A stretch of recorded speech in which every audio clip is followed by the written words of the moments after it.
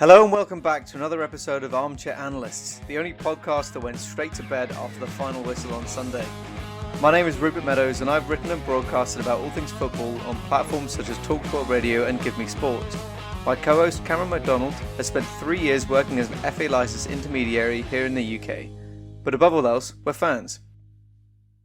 Yeah, thanks for that, Rupert. And for those fans that just want to forget it all, we won't just be taking a look at the Euros today, with coverage of all the other wild football news that's been going on whilst the Euros took place, from UEFA's scrapping of the away goals rule to looking at the absolute nightmare scenario playing out currently at Barcelona. As always, timestamps are in the description for those England fans that have had enough misery for now and want to skip the post-mortem entirely. But let's start off, as we must, with not only the final of Euro 2020, but sort of looking back at the tournament as a whole. Because as upsetting as the finish was for us England fans, I think you have to take a step back and go, that objectively was one of the best international tournaments I've ever seen, and I think we've ever seen. I agree with you. Obviously, it's the first final we've reached in quite some time, but it's always going to be disappointing when you finish. It's kind of been. I've had conversations with friends of mine who don't really followed football, and they've kind of been saying this line of like, oh, but you did so well. And my general instinct has been, this is a great conversation to have maybe a week after, but for the next couple of days, let me wallow. Yeah, I'm still very much sort of coming out of my wallowing phase. I meant not just England, just the tournament in general. I thought the quality of football was fantastic. I thought some of the stuff we saw, like just for example, like the fact that there were more own goals in this tournament than in all other Euros combined was just a hilarious stat. It made some really great goals. There were some great goals, so there were some great goals that weren't own goals. Obviously, we saw, for example, like Patrick Schick score from the halfway line. We saw all sorts of great play, innovations, things like inverted wing backs and sort of different teams bombing forwards, creating lots of width there. And obviously some other teams sticking with a 4-3-3, and dominating in that way, like Italy and Spain had a really good midfield battle. So it was a really great quality of football, and something that I think is always great. But particularly in this tournament, I think everyone was kind of expecting this to be a bit of a bummer.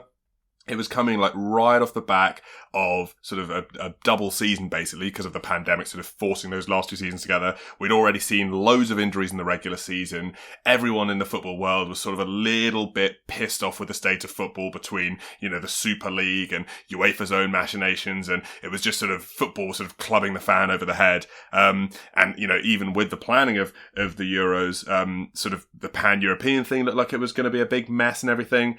But what happened on the pitch just superseded all of that, and it was a really, really fantastic tournament. And it was great. It was a love letter to the fans that have just really suffered over the last 18 months, whether it's not being able to go to games or having the games sort of whipped away into a Super League or just not being able to connect with it in the way we normally like to. And I think we got to with this tournament.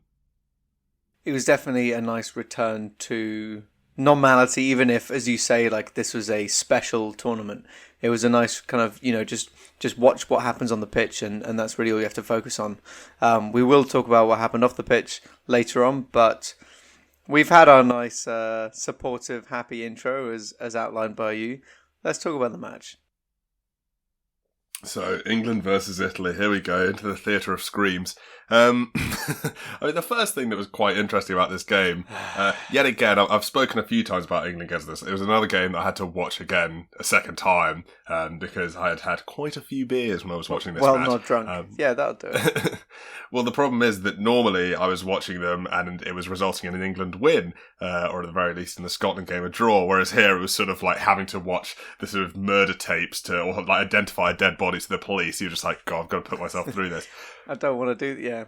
Honestly, but yeah, what was interesting immediately was just the comparison to England's last tournament exit, obviously the semi-final against Croatia. The hallmarks were almost identical. A left-back scoring a very early goal, England sitting back because they were comfortable with the one-goal lead and not making enough, attacking progress against the enemy team to get a foothold later on, and then the other team scoring a late goal, that then turning into momentum for them, and then running away with the game, albeit this time on penalties. And it's sort of, it's I don't want to be, but it's also very difficult not to be at least somewhat reactionary just 2 days after the result.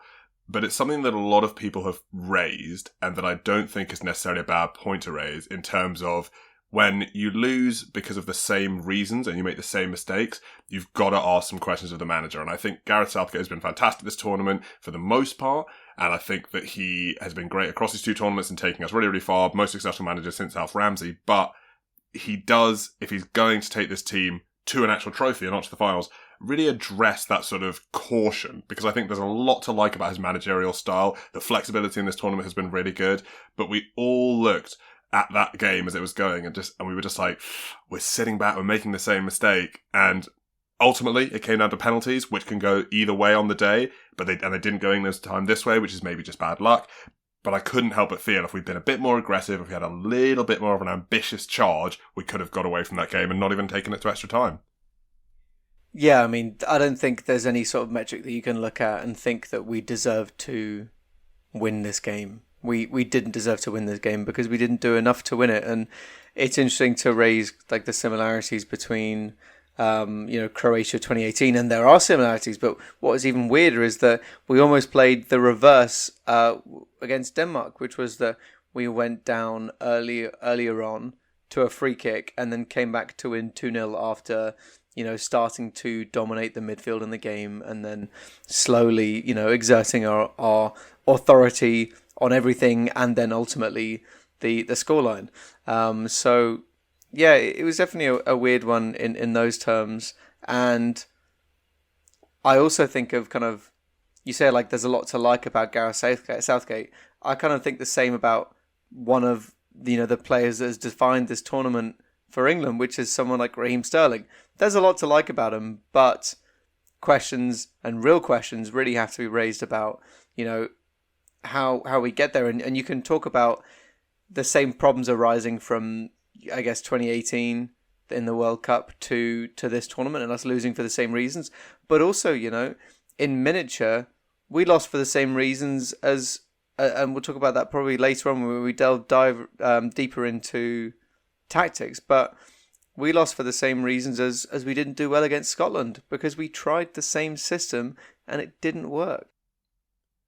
Yeah, and again, it's one of those things, as you said, I'll need to take a bit of a step back a week from now and really think about how I feel about it. But part of it has got to go to Gareth Southgate. That picking the penalty takers was a real shocker, which we'll get into in a moment. And that system with the double pivots was just, we scored early, and then instead of sort of trying to push on and get another and really sort of get a bit of a barrier there, we sat back and let Italy get into the game and let them come out. And Chiesa, in the last sort of 15 minutes of normal time, was allowed to just run, and no one was really pressing on him in the middle of the park. He was just allowed to keep running and causing problems. And eventually the ball was in our third and long enough that they did score. And it always makes me think sort of the idea of sitting back. I mean, I know employing a low block, if you can do it really well, can be extremely frustrating to the opposition team. But at its most simple, when you think about defending and for the other team attacking, the more the ball is in your defensive third, the higher the chance that something's going to go in, whether it's a deflection, whether it's an absolute screamer, whether it's just a lapse of judgment from the defence. So as good as a defensive low block can be, you are tempting fate when you keep the ball in your own third that much, or not even keeping it necessarily, but sort of sitting back and allowing the other team to keep the ball in your final third. The bits that I wouldn't necessarily blame Gareth Southgate for so much are, I just think, as happy as I am with some members of the squad, some members of the team just didn't turn up again. Harry Kane yet again went missing in another big game. He had really good movement for the first goal, so there was that contribution very, very early on, which can't be overlooked. But then after that, it was great in the first minute and a half, and then missing for the rest of the game. And, a lot of people have said, well, he dropped back and he got a lot of touches. Ultimately, he's a striker. He's supposed to be a world-class striker. In my opinion, he's probably the second best striker in the world after Robert Lewandowski, and he didn't get a touch in the box. That's just not good enough, really. And I think that Harry Kane has done this for club and for country. He sort of was pretty anonymous in that game against Croatia. Obviously, he went completely missing in the Carabao Cup final against Manchester City. He was missing in the Champions League final against Liverpool. And he was missing in this game, to the point where you kind of have to ask, how sort of the discourse around Drogba is always like, maybe he wasn't as talented across the season as someone like, an Henry, for example, or an Aguero, but if you have a final, he's the man you would pick. Is maybe the inverse true for Harry Kane, that he's a great tournament striker because sort of, or he's a great striker over the course of a season, but in knockout games, particularly in a final, it's almost worth playing someone else because he didn't really do anything past the first minute and a half. I think that it's hard to look at him objectively because Gareth Southgate didn't look at him objectively, and you can say that he didn't have a good tournament, but how would he react if he just got dropped when he played badly? Would he play better? We don't know because it literally does not happen. Well, but exactly. Or had Harry Kane had those first two games in the group games where he was just awful in both of them, and someone else had come in instead, that could have either lit a fire under Harry Kane to sort of come forward, or conversely, we could have seen Dominic Calvert-Lewin do really well this tournament. And that's, of course, 100% hypothetical. We have no way of knowing how well he would have done. But it just feels like Harry Kane, and there are several examples of this for club and country now, has just failed to do it in big games to a point where, you know, how many chances do you get if you keep failing to turn up in these big games? And he's obviously world class. He's very blatantly one of the best strikers the Premier League has ever seen. But if you can't do it in big games, should you keep getting the start in those big games? Well, I mean, the straight answer is obviously not. I mean, I do think if you're comparing him to someone like Didier Drogba, there is a real difference in that. Well, he's like the reverse Drogba in a sense. Well, yeah, I mean. but you talk about. I mean, the main difference that I would cite, that I think probably has an impact on Kane, is that Kane at club level and often at international level is asked to be the difference maker every single time he makes the pitch, whereas Drogba, at least at a club level, was surrounded by talent and could often maybe sit back and then have the energy to arrive in those big moments. Harry Kane doesn't have that luxury. He has to be the best person on the pitch every single minute that he's on the pitch, or at least that's the expectation around him. Yeah, but that's what it means to be world class, isn't it? I mean, this is a player who everyone's been talking about this summer before the Euros even started about commanding this 130, 140, 150 million pound fee, and everyone was going, that's about fair. But if he goes to, say, Man City, and they continue to win the league because he can score across a league season, oh, whoop-de-doo. But if the Champions League final turns up and he goes missing, then that's 150 million down the pot. They could have just signed another striker to play in front of their midfield and score against all the teams during the regular season. Yeah, I guess the difference is, like, is England a Tottenham or is it a Man City? And I kind of feel like we're a Tottenham. No, I think that's very unfair. I think at this tournament, England deserved to be in the final. I think England were the second best team. I think defensively, England were fantastic. I think England got to the final despite Harry Kane, not because of him. And yes, he scored 4 goals, but, you know, 2 of those were filling his boots. One of them was a penalty that he missed and he tapped in. And the thing about it most of all for me is it's just frustrating because you look at some players and you sort of, which is like when we talked about Alvaro Morata, but to like even a greater extent, you know that Harry Kane is the best player that England have by a country mile. Now, Harry Kane is second best striker in the world. It's probably like top 5, maybe top 10 players in the world. And he doesn't look anywhere near that when he plays for England in these tournaments, which is just such a shame because it almost sort of makes you wonder if England are making it to the final without Harry Kane at full strength, could they be doing even better next year at the World Cup if Harry Kane does decide to actually play properly in an England shirt? I mean, who's to say? It's a good question, but a hard one to answer. All I would say is that obviously we had a good tournament, but you've also got to take the step back and recognise that we quite clearly had the easy run of games into the final. I mean, we didn't play Portugal, we didn't play Belgium, we didn't play Spain. We played Germany, cool, and then we lost to Italy. And that was it. Those were our 2 hard games. Yeah, I mean, I think you can say that. It's one of those funny things, isn't it? It's like, people will never be happy with the run because before the game against Germany, everyone was going, right, oh God, group of death, Germany, one of the best teams at the tournament. And then we beat them and Germany sort of magically became a bad team.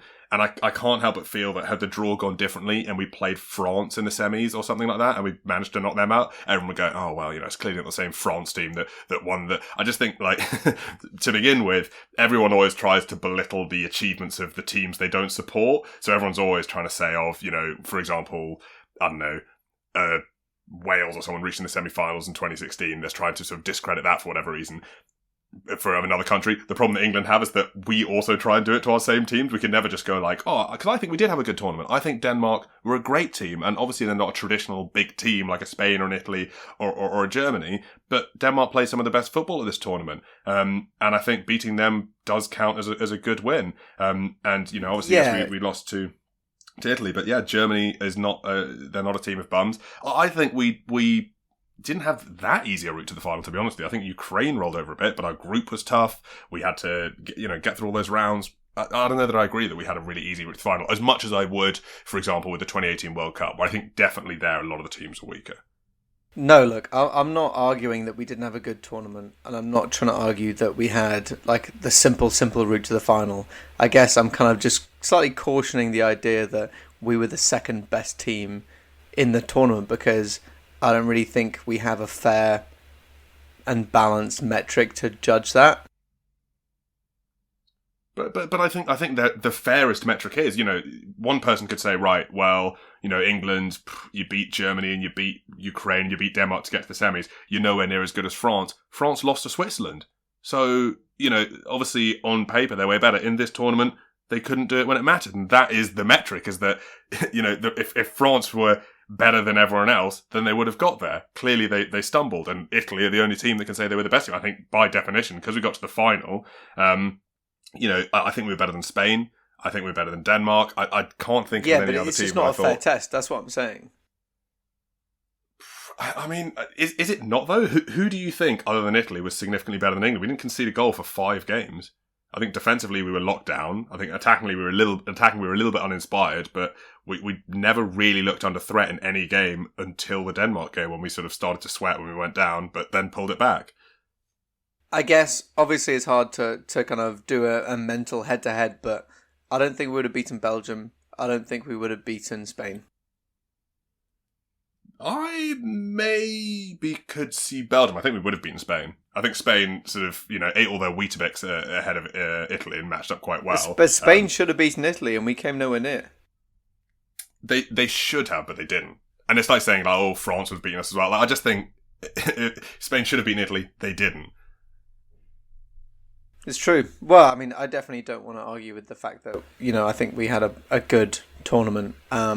Obviously, the way that it ended is disappointing, and I feel like it was done in typical England fashion, because it just happened in a disappointing way, and in a way that feels entirely preventable, in the sense that obviously we are by nature armchair analysts, but it feels like you can look at that game and think, well, surely you would just quite easily make a couple of changes different. In the same way that, 15 years ago, you would look at the England squad and think, why are we playing Paul Scholes at left mid? Like, these dumb problems don't seem to ever be far from our squad, from our lineups, from our decision making, and it seems so obvious, and that kind of adds an element of frustration to us then losing in a final, despite the fact that it's the best we've ever done for the last 50 years plus. It's so annoying that that's how it went down. It's kind of, whenever you see really simple problems, it's frustrating. But if you're if you're like a pessimist, you sort of go, and I don't know which one of these I am at the moment. I have very confusing feelings in my stomach at the moment. I don't know where I sit with this, but it's one of those, you either look at it and you go, well, simple problems, that's a simple fix. Next tournament we'll just go, let's play Jack Grealish more, let's play attacking players more. Okay, sit back every now and again, but when you're in the front foot of a game, let's not go 1-0, that's fine. And it's a simple fix. The other way of looking at it is going, well, will Gareth Southgate ever change? We lost in that style against Croatia, and we've done the exact same thing in the final of this tournament. Do we think that third time's the charm if we get another chance to go this far at the World Cup next year? Or will it be inevitably the same thing, playing very cautious football because you're more afraid of losing than you are thinking about winning, and we get knocked out and everyone's sort of thinking, well, the answers were potentially right there. So yeah, I really don't know which side of those I fall on at the moment. I need to sort of sit on it and think. But yeah, no, I think let's look at the penalties. Sure. I mean, to me, the penalties are the most blatant example of a Gareth Southgate failing, because I just think from start to finish, he got all of his decisions completely wrong. And I really think that it's no surprise that the people that lost it for him were inexperienced people, because he himself is inexperienced. And as good as he is, and as good as he looks, he doesn't have that understanding of the game from a fundamental level that you gain from like years at the top. And to that end, I'm baffled that Jordan Henderson and Kieran Trippier, two like really seasoned professionals, both got taken off towards the end of the match. I just find that confusing, completely confusing. Yeah, and I guess Jordan Henderson did miss that last penalty, but yeah, I thought in terms of for the three penalty takers that missed, to be Marcus Rashford, who had barely played, like he was on the pitch for about 15 seconds, Jadon Sancho the same, both of them coming in completely cold, and I'm still a little bit annoyed at Marcus Rashford's run-up. I thought in a final, for the like biggest game in 55 years, just take a normal penalty, don't do all the fancy frills. But for those two players, I did feel sorry for them, despite that run-up, which I'm going to take to my grave. But yeah, no, I did feel sorry for them because I thought, you're coming in cold to this. You haven't had a chance to get into the game. That's a huge impact. And then, of course, Bukayo Saka, who is 19 years old, not only taking a penalty, taking the fifth penalty. He's never taken a senior penalty before in his life. And the first penalty he's taken is in a final that's England's biggest game for 55 years, and he's the fifth taker. I thought that was ludicrous. I cannot think of a more bizarre choice, and especially from Gareth Southgate, who has missed such a big penalty himself, obviously, for England back in Euro 96. I just thought, why have you made that decision? I won't lie, I actually got really angry at it, and I'm still angry at it, because the idea that you can ignore and overlook players like Jadon Sancho because they're too young. His argument for not playing him was literally like, oh, we got loads of good young players. Like, there's such little respect in that statement, and to then flip it on its head and to expect these in your words, young players to come in and win, like as you mentioned, the most important game of their careers for you is so arrogant and so misguided, and I hate it. And the flip side of it, which is that the player that you've trusted almost above anyone else in Raheem Sterling wasn't even in your top 5. Raheem Sterling, in my mind, is confirmed as not elite. And that was surely either Gareth Southgate or his decision to not take a penalty. You are not an elite player if you claim to be a major part of a squad but do not step up in front of a 19-year-old to take a penalty. You are a coward. But if that was his choice, because I was thinking the same thing. I was like, a lot of players, you would want to have taken them before. Saka's obviously 19 is the one that everyone's talking about. Sancho's 21, and Rashford is a little older, he's 23, but still, loads of pressure on the young lads when there were more senior players like Sterling. The only thing that maybe gives me pause for thought on jumping onto Raheem Sterling and other players like that is that Roy Keane did basically that for Jack Grealish, sort of said, oh, it's an embarrassment. He basically said what you said just there about Raheem Sterling, when it's an embarrassment. Why is he not sort of taking the ball ahead of that 19-year-old? And Grealish himself came out and went, no, I wanted to take one, but the gaffer makes the decisions. And, I wanted to take one, but I wasn't allowed. So it could be the case that Raheem Sterling said, I don't want to take one. But again, I would say if you're the manager, you sort of go, listen, mate, you're one of our big players this tournament. You've got to step up. I know the pressure's a lot, but you've got to do it. I just think, for all three of those players, I just feel so sorry for them. Not least because of all the racial abuse we've seen now as well, which is just absolutely abhorrent anytime it happens, but especially to these young players. But just because even in a world where there were no racist trolls, that's such a horrible thing to have weighing down on you. The fact that they'll feel completely unfairly, in my opinion, that they've let down the entire nation. Yeah, and I think it's so cruel, and I do blame Gareth Southgate for it. You're right, I don't want to blame Sterling for that decision. I want to place that blame squarely at Gareth Southgate's feet, and I think that it's a real failing of his. And I, like you, like a lot of people, held their reservations about the manager, because we kept winning games, and all I can do is go back to what we talked about at the beginning, which is that we're never going to win anything with Gareth Southgate. Sorry, pal.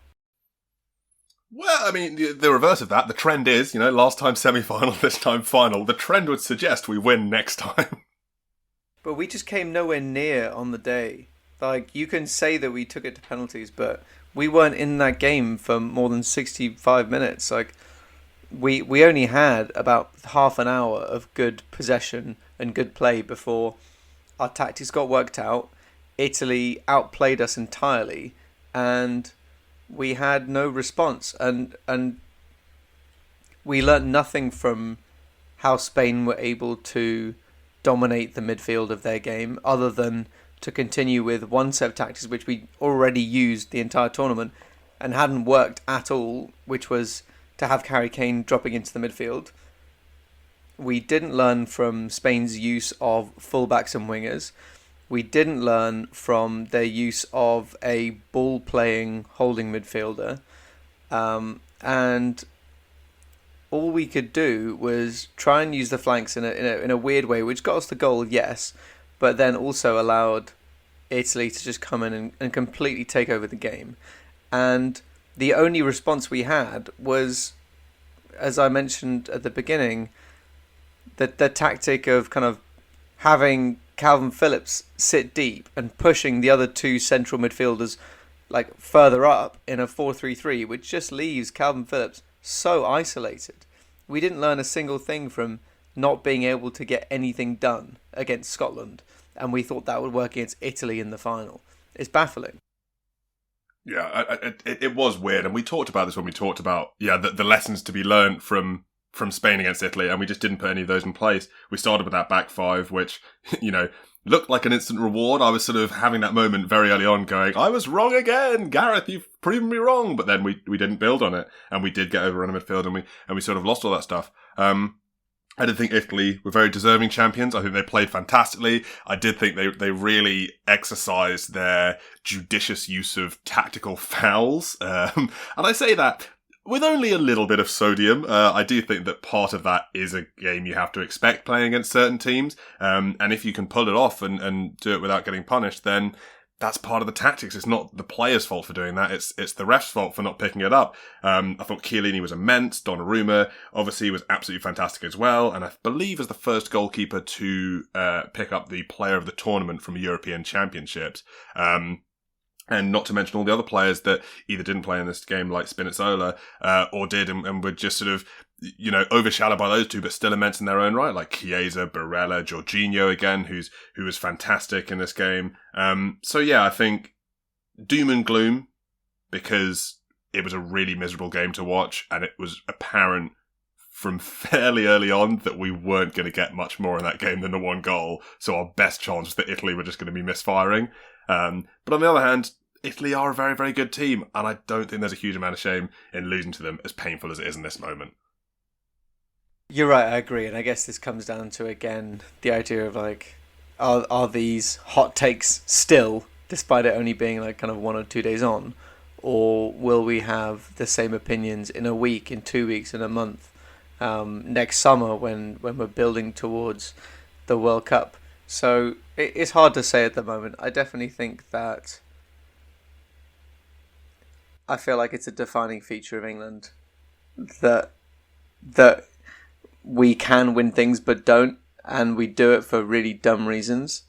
And I don't see that changing anytime soon with the current manager that we have. And I agree with you that Southgate's obviously a good guy, and he's spoken really well on a number of different social topics, and I think he's a really good role model, and he's got a really interesting, effective leadership style. But I really just think he's going to need to go, to be honest. Well, let's look at the flip side. Let's look at the positives, because obviously difficult to say positives when you've lost a game, but there are a few to be taken. Southgate or no, you look at this team, and I maintain that they were the second best team in the tournament. You might not agree, but I think it's fair to say they were at least in the top 5. Is that fair? Did you agree with that? Yeah, I'll give you that. And you look at the core of that team, and most of them, we were just talking about the disadvantages of having these young, inexperienced players. The advantage of that is Bukayo Saka's only going to get better. Jadon Sancho's only going to get better. Marcus Rashford, Phil Foden, all these players that have formed this team, even some of the ones that are sort of in the 25, 26 sort of area, not just the World Cup, but the next Euros and the next World Cup, they're going to be around for a long time. And whether that's with Southgate or whether that's with someone else, we said this at the start of the tournament when we looked at the squad that had been announced. And we said at the time, I think, my thing was, I was like, even if we get to the quarterfinals and we get knocked out, this will be a lot less harrowing than it was, for example, in the 2014 World Cup or in loads of those golden generation games when you saw, especially as a lot of those players were getting older, the Rooney's and the Lampards and the Gerrards, and you were going, oh my God, you're getting to the end of your time with this team and you haven't managed to do it. This is the reverse. You're looking at this team, and as disappointing as this result is, this is a team that managed to make the final, and all of them are at the start, at the very, very early parts of their career. And they could just keep cracking on. There are loads of other ones as well that didn't quite make it in this time. Your Ollie Watkins and your Emil Smith-Rowe and all these other young English talents who are sat at home and will be coming in future tournaments. So I think a lot to be upset about and a lot to be miserable about for now, but there's also a lot positive in the future. Yeah, I agree with you. And I don't think that's a flip side. I think that's the same side, which is that the players are great, the manager can go. But I agree with you. The players look exceptional, and I think that we are moving into a new period of dominance in terms of just the strength of homegrown talent that we're producing.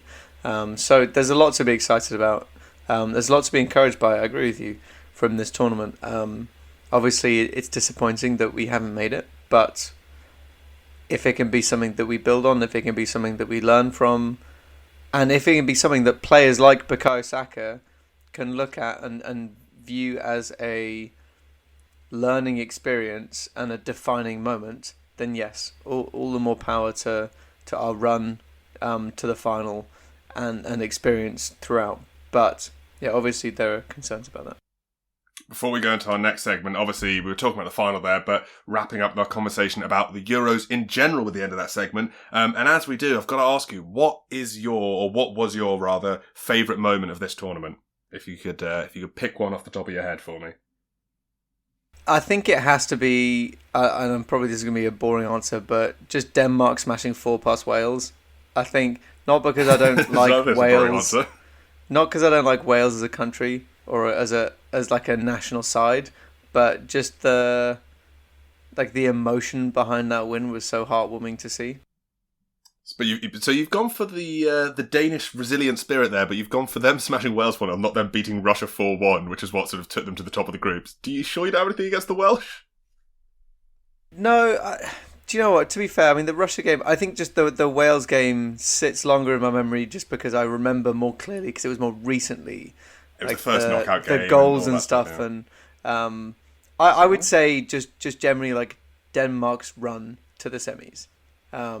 Maybe I wouldn't pick out any individual result, but the way that they rallied and, as you say, managed to beat Russia in the way that they did, and some of the goals that they scored, like Christensen's goal, just had such fire behind the eyes, and that was really, it was powerful.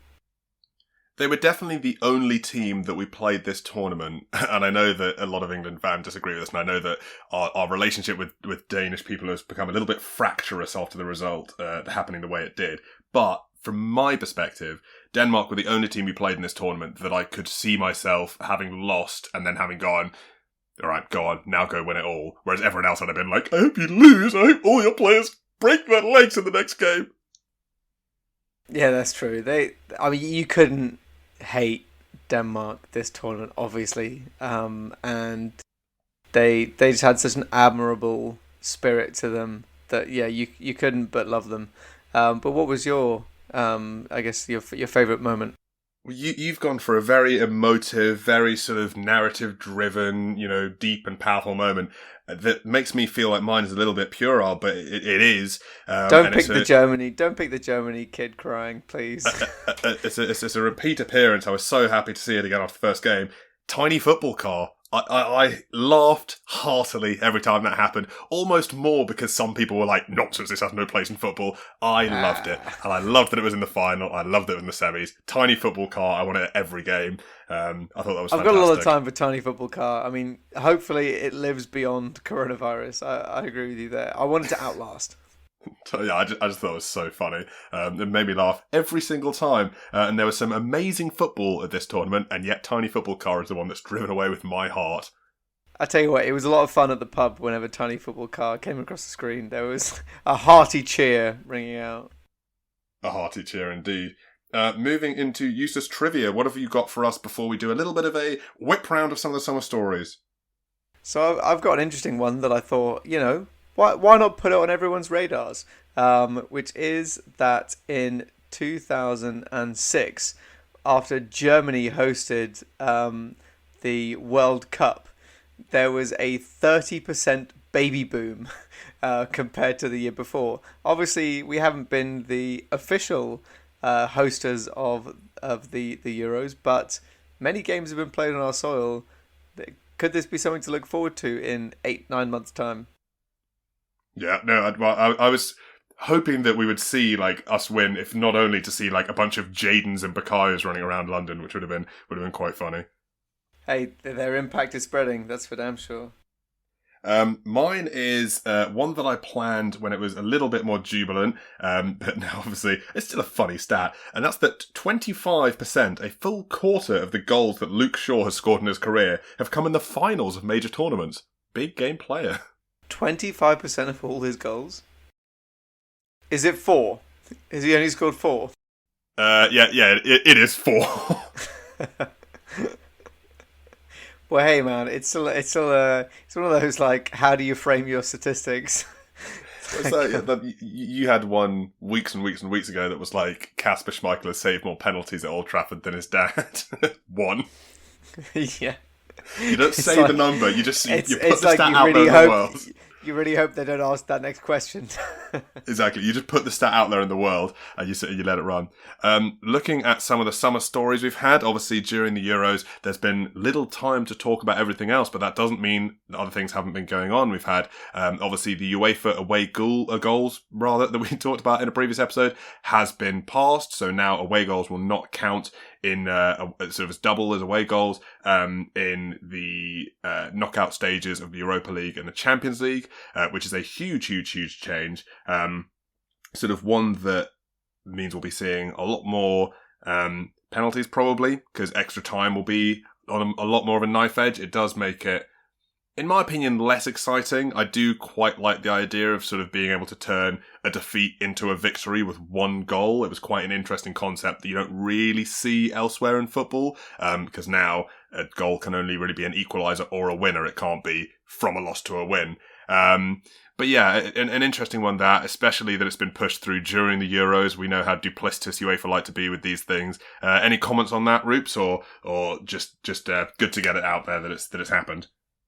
I guess just the main thing from my perspective is like, I don't feel like anything's broken, and therefore I don't feel like anything needs to change. I mean, we've had some really incredible European nights in the Champions League in the last few years, and I just really hope that these new rules don't affect that, won't change that, because I for one have just loved the narratives of as you say of like Barcelona, beating PSG, losing to Liverpool, even stuff like Real Madrid, Dortmund. There's just always that little extra like spice to the game, because as you mentioned, it can turn from loss to win in a moment. The magic of the mega goal, it's the only goal in football that's worth 2, and that sort of imbues it with a sort of special circumstance that we won't see coming around anymore, which is a bit of a shame in my opinion. But you know what? A lot of things seem like they might not work out and then end up being even better. So maybe we'll see loads of really hard fought games now, and sort of less risk taking. Yeah, exactly. More it's a real fingers crossed moment, because in my mind there's no problem, but this could just be better than what we have. So fingers crossed it's the latter and not the former. The next thing I want to talk about is Barcelona. Barcelona are in all sorts of turmoil. We've touched on this a little bit before. I just wanted to flag it up again because Barcelona's issues are significantly worse than anyone thought they were to begin with. I don't know how many people will know this, but for example, one of the things they're unable to do at the moment because of their financial issues is they can't register any new signings. So although they've signed players like Memphis Depay and Sergio Aguero, they can't register them with La Liga because Barcelona have exceeded the La Liga salary limit even before signing Messi to a new contract. They will have to reduce their wage bill by at least 200 million euros a year, according to Zach Lowy from Breaking the Lines, who is the person who transcribed this from Spanish, which is significantly better than mine, because I couldn't go through all the legalese in Spanish, certainly. But yeah, Barcelona, even before they renew Messi's contract, which is something they are yet to have officially announced they've done, they can't register Memphis Depay, Sergio Aguero, Eric Garcia, or Emerson Royale as a result of this. So this isn't just interesting from a Barcelona standpoint, it's interesting from a global football standpoint, because a lot of the players that they have are now getting sort of sold off at cut price, or loaned off with an option to buy, as we saw with Francisco Trincao loaned out to Wolves with an option to buy. Or, in certain cases, like a young player called Mateus Fernandez, their contract has just been completely rescinded. They've just terminated his contract, and apparently they're trying to do the same thing to Samuel Umtiti, and he's just sort of fighting very hard against that. Mateus Fernandez is now planning to sue Barcelona for unjust dismissal, so it's really going all over the place there. They need to cut all this money, they need to sell all these players, and what's interesting about that is it's sort of like when a team gets relegated and all the clubs sort of start picking at the carcass, except the difference is here, it's not a team that went down, it's Barcelona. So there are all sorts of players there. There are all sorts of players there that a lot of teams will be looking at and be going, could I pick up this player? Could I pick up a Miralem Pjanic or a Frenkie de Jong for a cut price? Very possibly. I mean, Frenkie de Jong is apparently on 400k a week, which is insane. But yeah, all sorts of players. Who will they be able to hold on to if they want to be able to register these players? The fact that they have signed all these players on freeze and still unable to register them is crazy. And one other thing, according to AS, that they're going to be having to do in order to renew Lionel Messi's contract is they're going to have to do like a little bit of financial footwork. This is reported again by AS, so take the veracity of it with a pinch of salt if you want, but it sometimes gets these things bang on, but sometimes a little bit skewed. But apparently Barcelona, in order to renew Messi, what they're going to be doing is that Messi will be signing a contract where he's going to take a massive pay cut next season, but his salary will substantially increase in the 22-23 season. And the reason for that is Barcelona can only pay their players according to how much money they make, and paying Messi is by far their most, large player expenditure.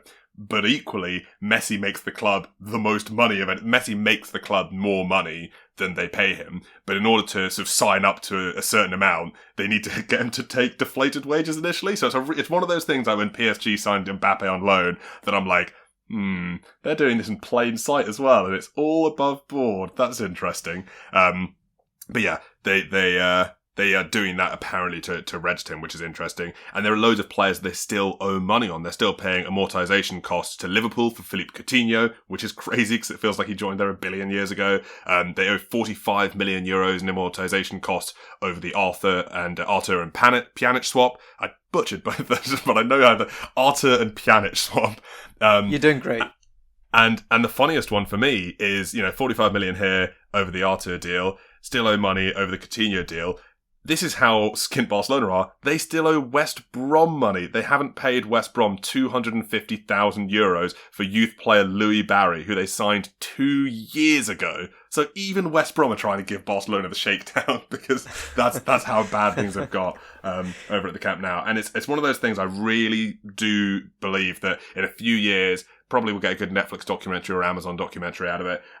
But people will look back at it and go, oh my God, Barcelona, who for a long time were basically just a money-printing football club, have just hemorrhaged everything. That is an exceptional example of how not to run a football club. Very much so, and there's just so much interesting stuff attached to all of this. Obviously, for one thing, just the sentiment among the players, and their unwillingness to take pay cuts, their determination to, get what they feel is owed them, versus, I guess, some sort of sense of a bigger picture for what is best for the club, and how that engages with what it is to be a modern footballer.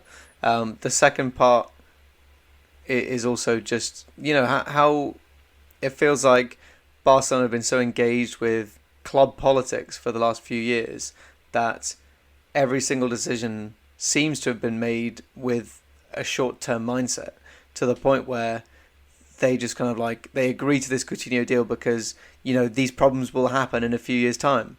but the problems are now at their door, and they don't have a way to solve them, in the same way that they're kind of being like, oh, Messi, can we just pay you less and we'll pay you way more in the future?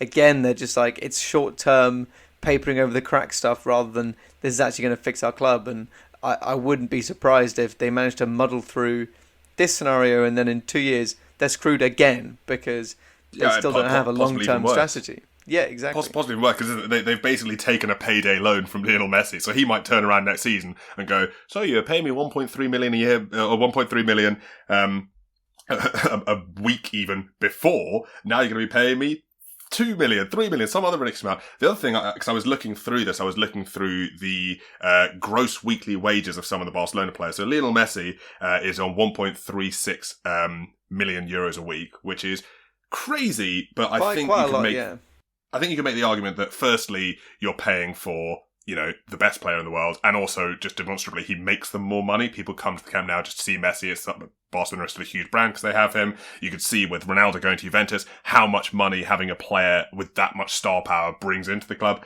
So that kind of makes sense. You've got Frankie de Jong, who's on 400,000 euros a week, which is, again, crazy money for a player that, is good, but they signed him from Ajax. Did they really need to put that in his contract? Couldn't it have been the pulling power of being Barcelona? They could have surely Ajax weren't paying him like 280, and he was like, I need more.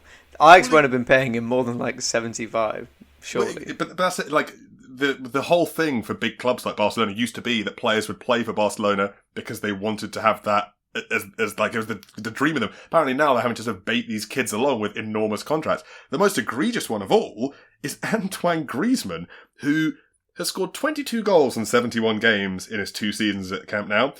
How much does he get paid a week, you ask? Gross, that's before tax? 881,000 euros a week. It's crazy, isn't it? That's insane. That's like so much more than players like Kevin De Bruyne. That's unbelievable. But this is why we've talked about it quite a few times. This is why like football isn't professional. Like the business of football is not professionalized because that's not a good business decision to pay him as much as you have, and they've then had to make such concessions as letting someone like Luis Suarez leave for free, and he's then flipped around and won Atletico Madrid La Liga. Like it just boggles the mind. You would think, like, if you were a director of football or if you were like the head of contracts or whatever, you would think that no matter what level you were at, because this is obviously something that happens at like non-league level and like sort of anywhere sort of down. It happens even a lot in the higher levels of women's football and women's sports in general, sort of match day fees and things like that. How much of your salary is base and how much of it is tied up in things like performance bonuses? You would think that no matter what level you are, you would have performance-based salary. Like, because it just makes sense in professional sport to go like, right, okay, well, if you score less than 10 goals, you're not going to make this much money. If you score this many goals, you're going to get a little bit more. And apparently that's not the case at Barcelona. Antoine Griezmann can play however he wants, and he's going to get a huge pay packet. And psychologically, that is not a huge motivator. Whereas if you're thinking, right, this is the difference between, and obviously they're making absurd money anyway, but they're going, well, this is either one helicopter or 4 helicopters.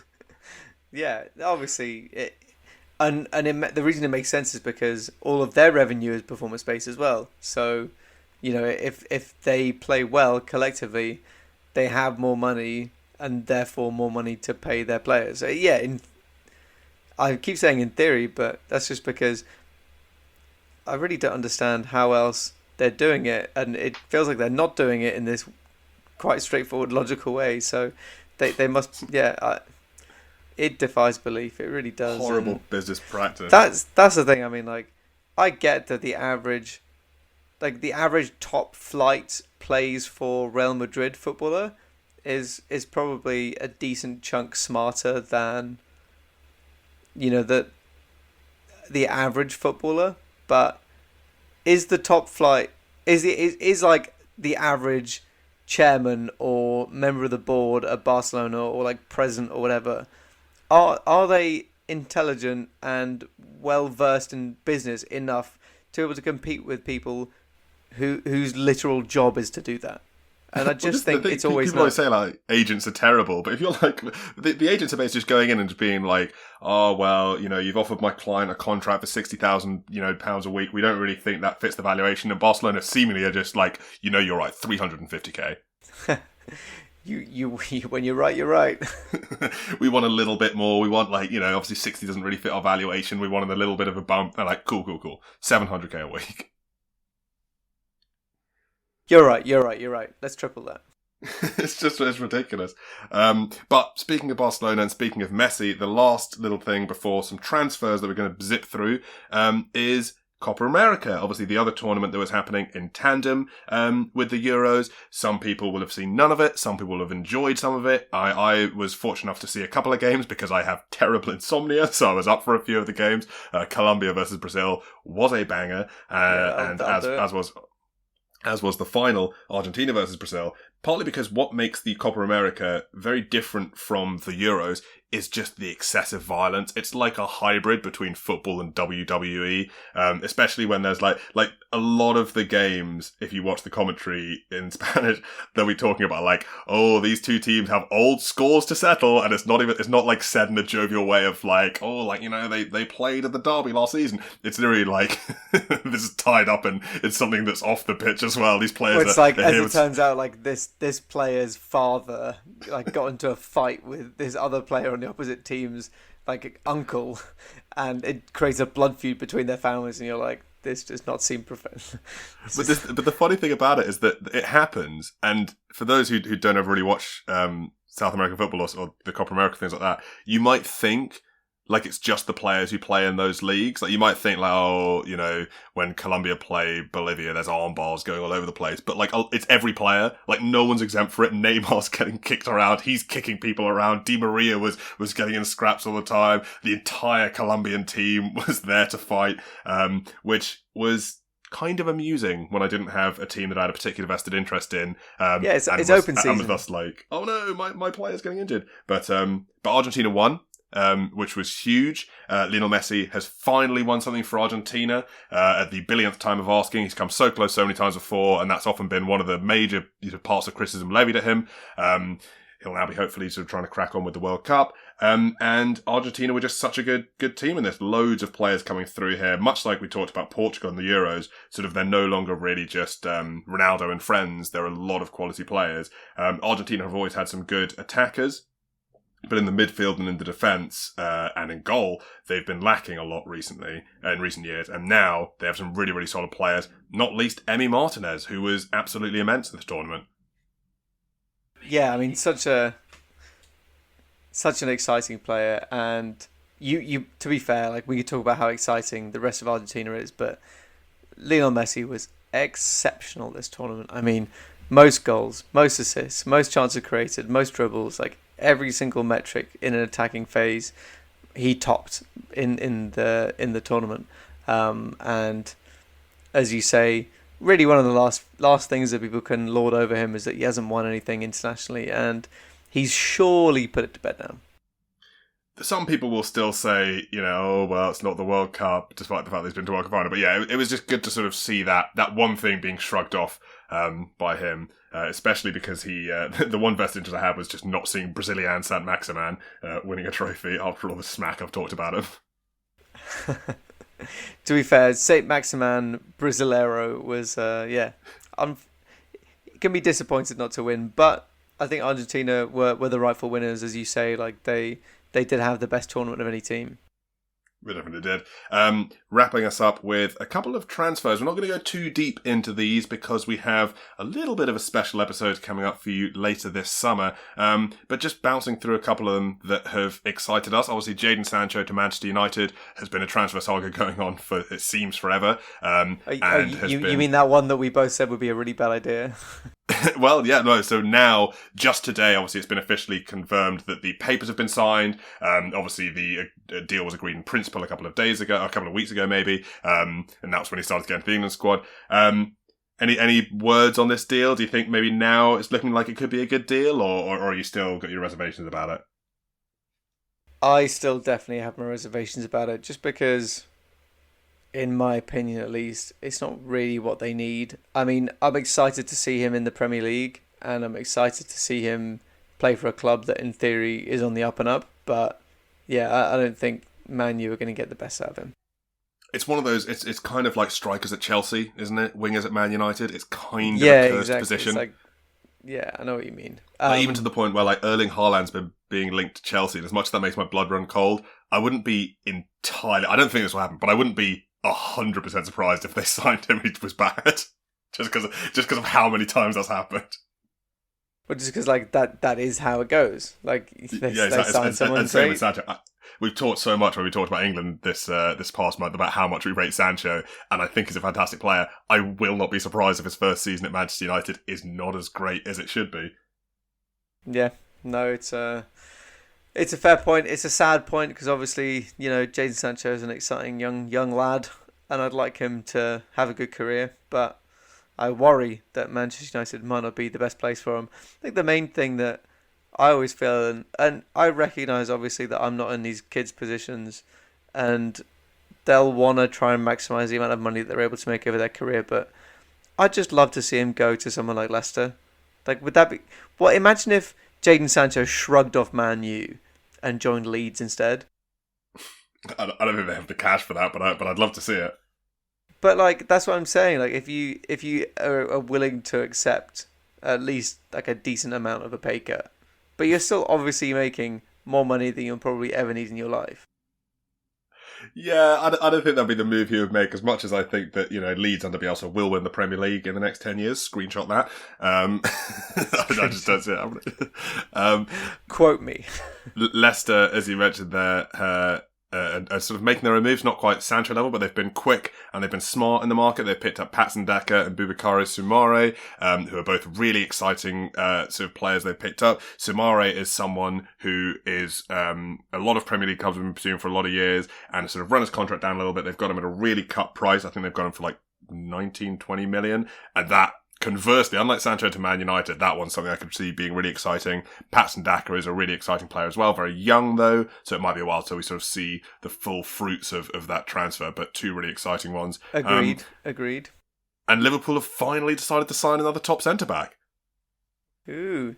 Yeah, and a good one at that. Konate is, very much a European, like, elite centre-back in terms of, like, profile. So it's kind of what they needed, so maybe they'll actually compete this year. I think they could come back, especially because so many of their players, and I would include Jordan Henson in this because he didn't start any games and he sort of very much had a cameo at the Euro 20, a good cameo, but he didn't play a lot of games. A lot of their players are going to be well rested coming back. Obviously, Van Dijk didn't play at the Euros. Trent Alexander-Arnold didn't make the cut he did rather, but got injured. But has sort of been recuperating, and obviously Henson played a little bit. I think Liverpool could maybe be back to this. It's tough to say before the window's closed, but they look like they could be getting back to what we expect them to look like. They could well, yeah. They could well. I mean, one of the signings that I'd be interested to see happen is I don't know if you had this, but just while looking at the England versus Italy game, I just thought to myself, like, obviously Bonucci is 34, but the way that he's able to create from deep against teams playing with a low block would be so good in the Premier League for a big club. I would love to see him move somewhere. Yeah, no, I think he'd be a top player, to be honest, wherever he went. And then, obviously, you mentioned there big players going to Leeds, and not so much a big player, but someone who's been dipping into Barcelona's bargain basket. Leeds have signed Junior Firpo, Wolves have signed Francisco Trincao, as I talked about. I wonder if we'll see anyone dipping in anywhere else. Any other transfers you want to talk about before we wrap up for this episode? I had a couple dash down, but I don't want to cover too much before we talk about transfers later this summer. Let's leave it for the special. Let's wait, more to come, and right. We'll be seeing, I'm sure, more signings get made by every single Premier League club from the top of the league to the bottom, because that is the nature of the game these days. It's been an exciting summer so far. It's going to continue to be exciting. The Premier League is bizarrely just around the corner. There are no breaks on this train. Rupert, great to talk to you as always. Cam, thank you very much, and stay strong, England fans. We'll catch you next time. Cheers, guys. Bye.